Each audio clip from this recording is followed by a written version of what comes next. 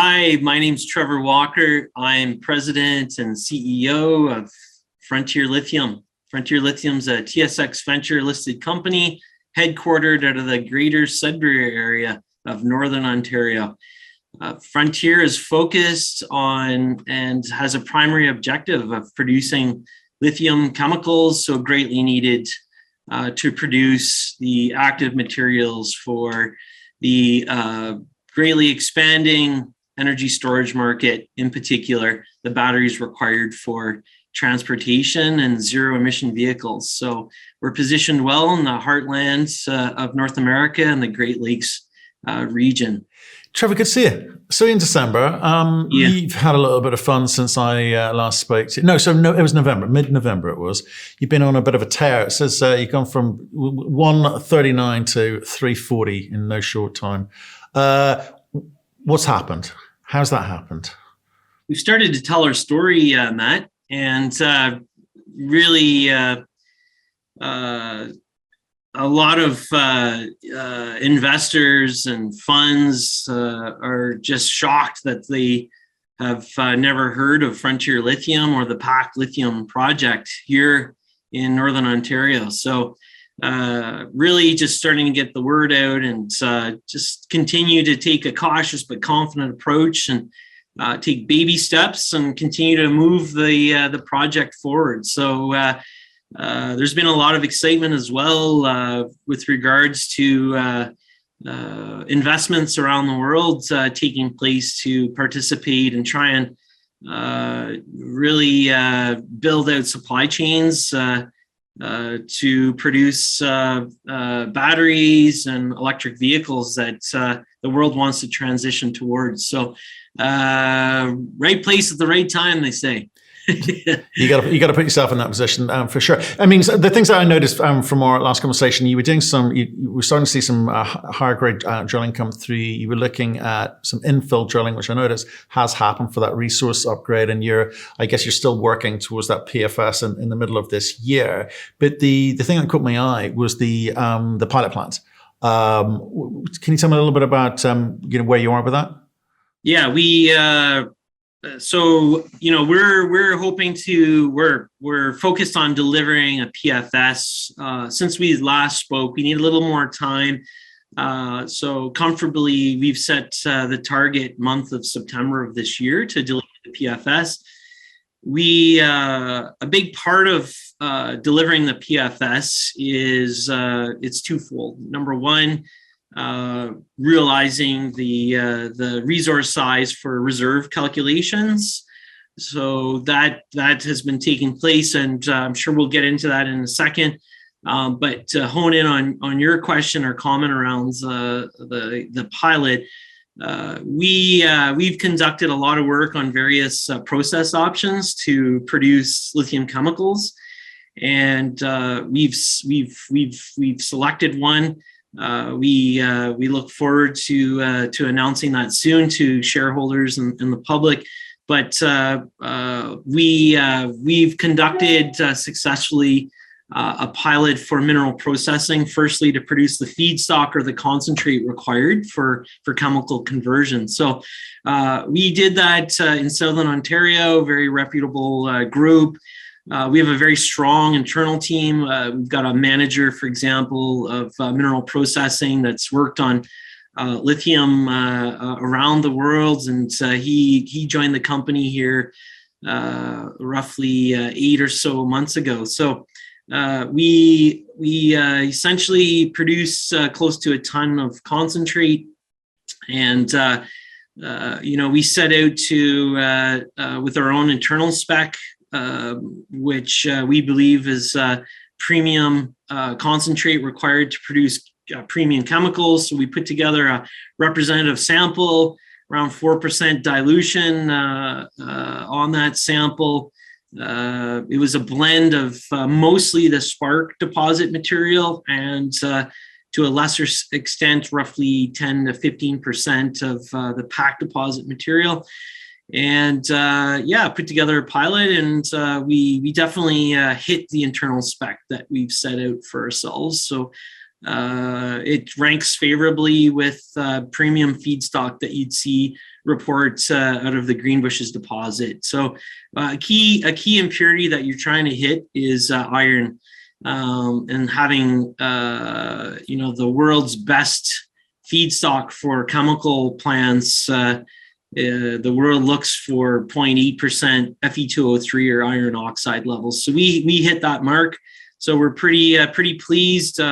As well, reported just over 6% lithium oxide grade on that con. So as we alluded to in past conversations, garbage in, garbage out. And you really need great feedstock to produce premium chemicals in order to hit the mark for the downstream OEMs, and we've done just that. So that's completed, and next step is again producing lithium chemicals from that. So this is all leading into some work that's taking place now to continue on with the material and produce chemicals. So a lot of the work's been around lithium hydroxide, but we are looking to do a couple things: produce both carbonate and hydroxides on piloting for chemical. And all this is like a main portion of work that's required for a successful PFS for this year. Sorry, that was pretty long-winded. No, that's fine. It kind of shows the kind of the roadmap that you're looking at. But can I just come back to it? Because this is the most important bit for me, because it's the technical solution. It's the technical answers that you're looking for to be able to kind of scale this up, right? So you talked about quite a small sample size, but it worked. The grades are as you want. You talk about a pilot process. So can I just understand, are you building your own pilot plant, or have you outsourced this, the technical component elsewhere? I didn't quite catch that at the beginning of your answer. Yeah, so this isn't a demonstration scale; it's a pilot scale, and it was. We decided to go out to an independent group who has the equipment that they assembled with our guidance and our oversight to produce the concentrate. So yes, it was a third-party independent group that conducted with our input and our skills the pilot. So at this point, you're testing what you've got at Spark. Predominantly at Spark and a little bit at PAK. Yeah. So it's more about, let's test what we've got and see if it's possible. So obviously, well, I don't know, what is the plan to always outsource that process during this whole pilot phase, or do you think once you've understood how your ore body works and how your the ability to create a carbonate from the concentrate works, you will then build your own? Because I noticed you raised $12 million in I think December, shortly after we talked, but that is not going to build a pilot plant, is it? So that 12 million that was raised is predominantly used for in the grounds investments. It was flow through financing conducted. So we will see a sizable investment on the project. Primarily, most of that will be on diamond drilling.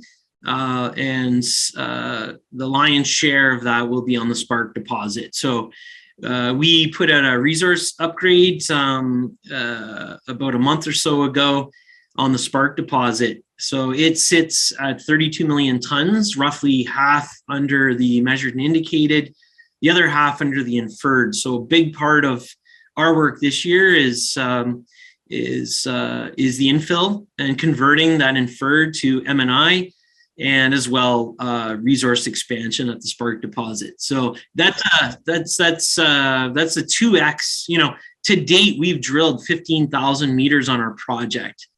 So not a tremendous amount of drilling.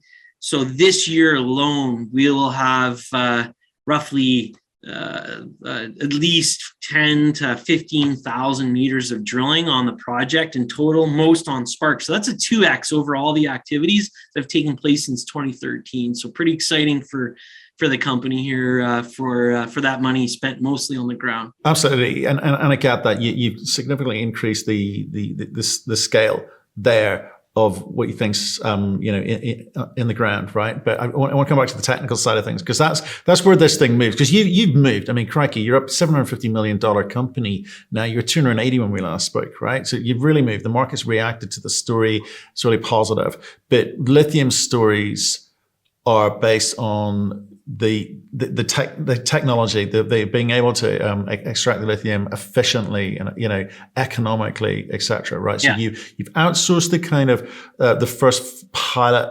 phase. You've done a small amount. You're going to need to up that again in terms of I know you've got to work that through the kind of concentrate and maybe even through the carbonate and maybe looking at the chemical stuff around the hydroxide. But just in terms of scaling up the pilot phase, is that something that's happening imminently?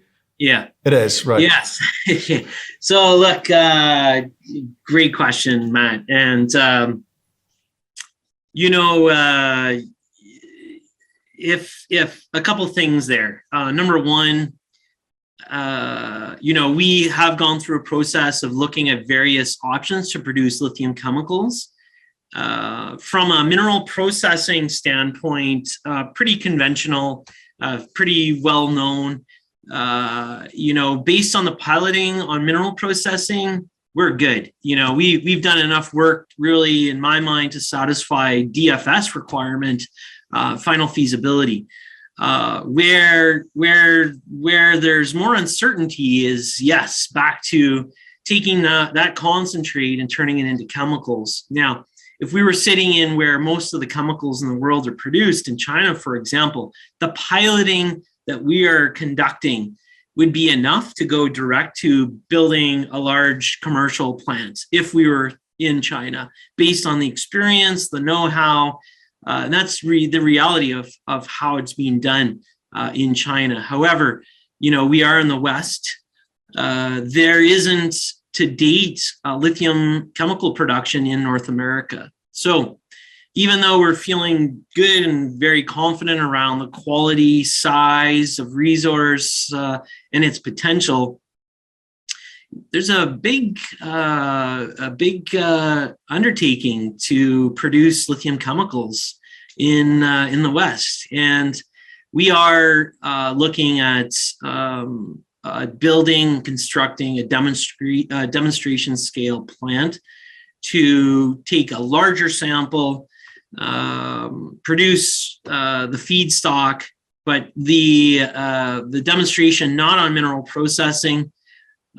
We see equipment available and opportunities to work that through with independent third-party groups, but we are looking at constructing and building a demonstration scale plant. So, number one, de-risk, produce samples required to get vetted for future offtake and testing and use.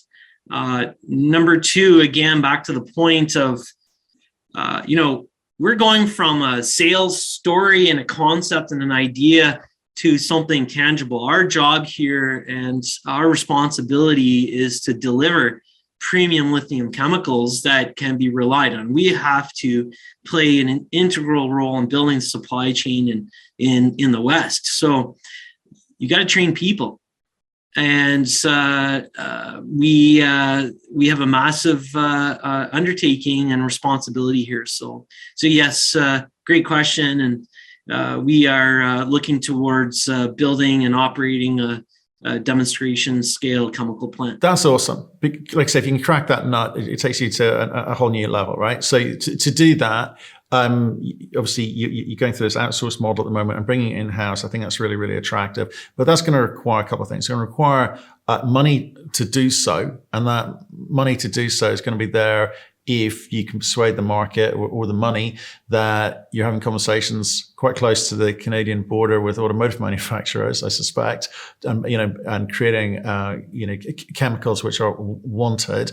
And the second thing is skill sets. You got to train people at operational level, but I noticed a couple of additions to the management team as well. So how are you building that side of things up to one, bring in the skill sets to be able to kind of build the demo plant and get the output that you want, but also connections into the marketplace? Because you've gone from explorer, developer, and now you're going to have to make contacts with the marketplace and understand, well, who would want what we could produce, and what kind of deal could I get from those people? Yeah, that's a great question, and a very dynamic one. Yeah, you're correct. We've seen the laggard here in North America to start building out the capacity for electric vehicles, and we've seen a huge amount of investment commitments over the last 12 months, in particular northern US, and the latest here in Ontario. Ontario is one of the largest manufacturing hubs for electric vehicles globally. So you could imagine, that this capacity and this investment is taking place downstream, and it's creeping up to the upstream. We're all, it's well understood, globally now that there's an anticipated shortfall in lithium supply in the coming years. So there's really a rush globally around the world to try and start conversations and attract and find those lithium units so greatly required to support the downstream business case. So yes, it's led to conversations for us, everything from incumbent existing lithium suppliers right through down the supply chain to auto OEMs. So very, very interesting times for the market, and in particular us here at Frontier Lithium. There's no replacement for experience, and that's a key pillar for business since the beginning of time.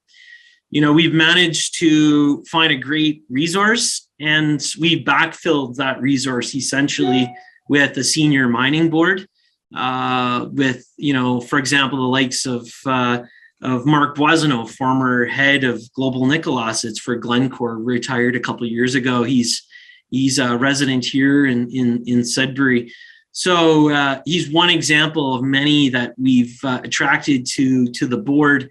But really the company really strong on mining, mineral processing. Where we felt we needed to add some relevant experience was lithium chemical production. So we're really fortunate to attract Dr. Nigel Cowell to my team.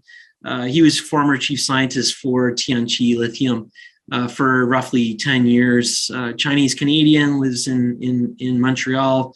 He's actually looking around for properties here in Sudbury right now to buy a home. So fortunate to be able to attract him. He was involved with the scale up in China with regards in their big ramp up for lithium chemical production. And there's not many Dr. Cows out there globally. So we managed to leverage into the Chinese experience essentially, which again, roughly 80% of the chemicals for lithium come out of China right now. So you could imagine, without getting ahead of ourselves here, ahead of what's been disseminated publicly, but again, no replacement for experience. We've leveraged into that. We're working closely with really what it takes to minimize the process and technology risk for chemical production for us here at Frontier Lithium. So stick close to that experience. So sparks are flying, and we're doing tremendous work. We're going to have a very, very solid PFS that we deliver to shareholders in the market, and those conversations that we're having with industry right now. Right. So the PFS will be kind of real moment in terms of the economics. So that'll be great. And we're Q3, September we're aiming for, right? But just want to come back to the Dr. Cow and even Mike Tamlin a little bit, because that's the other piece of this. I was talking to a former chairman of Orocobre, and he's sort of talking about the market more broadly for lithium, and the fact that in his words, he doesn't think that enough of the developers who think they'll get into production will get into production. And that will be great news for those that do. Great, because I think obviously there's not going to be as much supply as people had hoped or had been told, and the demand numbers, as we know, are running through the roof at the moment. So, do you think you'll be looking to sort of top up on the sort of the Dr. Cows and the Mike Tamlins as this, because you're sort of moving? I guess it's one of those things where we've seen companies come on here and try and talk the game of moving downstream and getting re-rates from being a miner to being a chemical engineer or industrial chemical company. Yeah. Is that very much in your consciousness? Is that something that you'd be wanting to talk to us about or talk to the market about in the future? Yeah, 100%.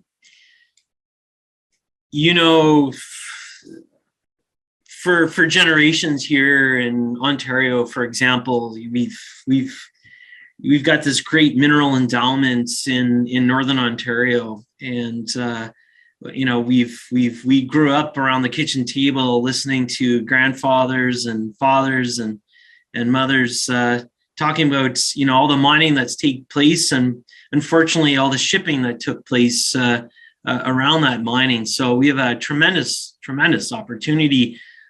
This is the first inning of many in this space. So it's we're top size and top grade, top quality.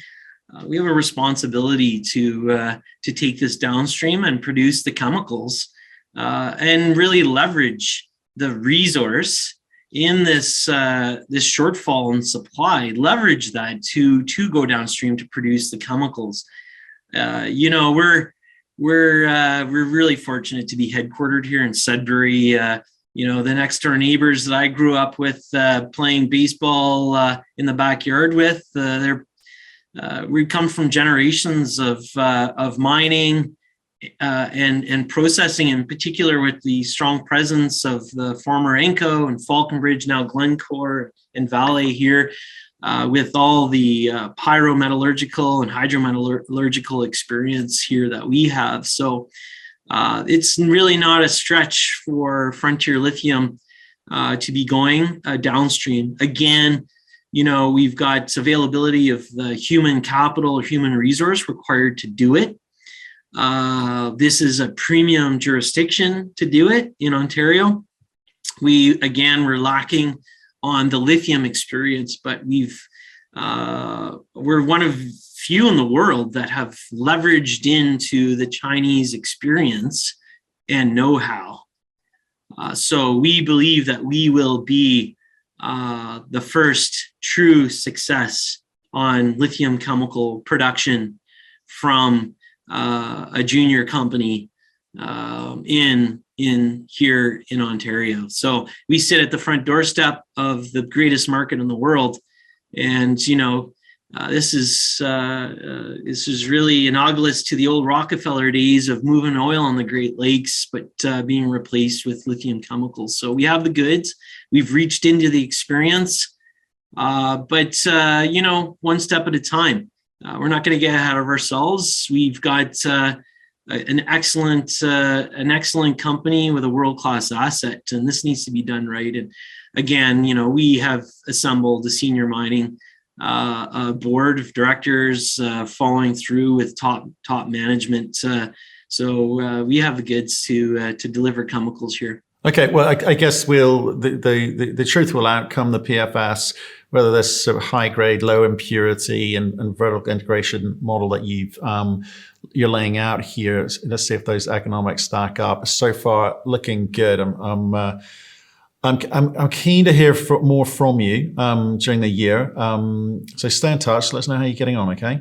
Yeah, sounds good. Thanks so much. I can't believe our chat's done already, and look forward to the next one for sure. Stay tuned.